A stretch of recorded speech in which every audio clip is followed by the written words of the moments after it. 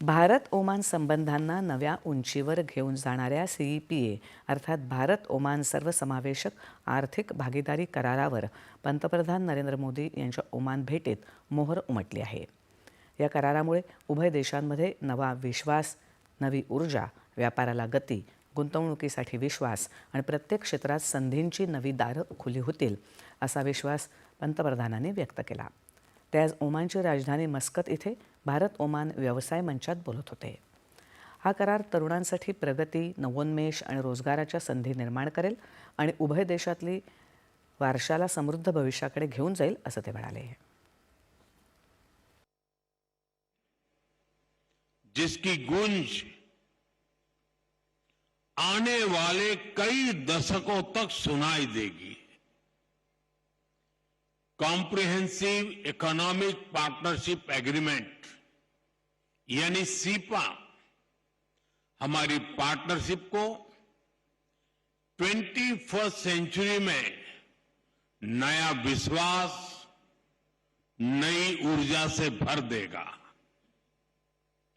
ये हमारे साझा भविष्य का ब्लूप्रिंट है.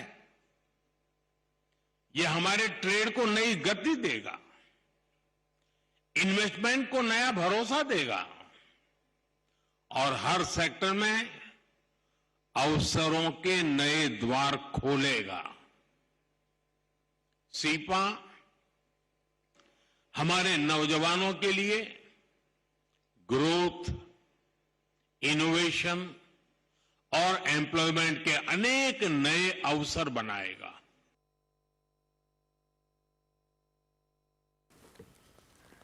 धोरण आणि उद्योग हातात हात घालून चालतात तेव्हा सहकार्य नवा इतिहास घडवतं.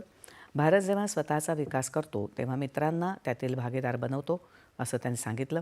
भारत वेगानं वाटचाल करत असताना जगासाठी, विशेषतः ओमानसाठी त्यात विशेष संधी आहेत हे पंतप्रधानांनी अधोरेखित केलं. भारत ओमान सहकार्याला नव्या उंचीवर घेऊन जायचं आहे असं सांगत ऊर्जा सुरक्षा आणि अन्न सुरक्षेच्या संभाव्य जागतिक आव्हानांवर मात करण्यासाठी एकत्र येऊन भारत ओमान नवोन्मेष केंद्र सुरू करता येईल असं पंतप्रधानांनी सुचवलं. आने वाले समय में ये एक बड़ा ग्लोबल चैलेंज बनने जा रहा है. क्या हम मिलकर Indian Oman agri innovation hub बना सकते हैं? इससे ओमान की फूड सिक्योरिटी को मजबूती मिलेगी और भारत के एग्री टेक को ग्लोबल मार्केट तक पहुंचाने में मदद मिलेगी. फ्रेंड्स, एग्रीकल्चर तो एक सेक्टर है, ऐसे ही हर सेक्टर में इनोवेशन को बढ़ावा देना जरूरी है. ऐसे में क्या हम ओमान इंडिया इनोवेशन ब्रिज की स्थापना कर सकते हैं? भारतानं गेल्या काही वर्षात केवळ आर्थिक धोरणच बदललं नाही तर आपला आर्थिक DNA देखील बदलला. त्याचा परिणाम म्हणून जागतिक अनिश्चिततेच्या काळात भारतानं वेगानं वाटचाल करत आहे असं ते म्हणाले. त्यांनी भारतात गेल्या 11 वर्षात झालेल्या सुधारणांबद्दल माहिती दिली.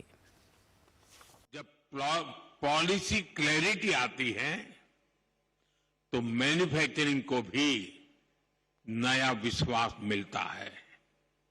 एक तरफ हम पॉलिसी और प्रोसेस रिफॉर्म कर रहे हैं, वहीं दूसरी तरफ भारत में मैन्युफैक्चरिंग को बढ़ावा देने के लिए प्रोडक्शन लिंक इंसेंटिव भी दे रहे हैं.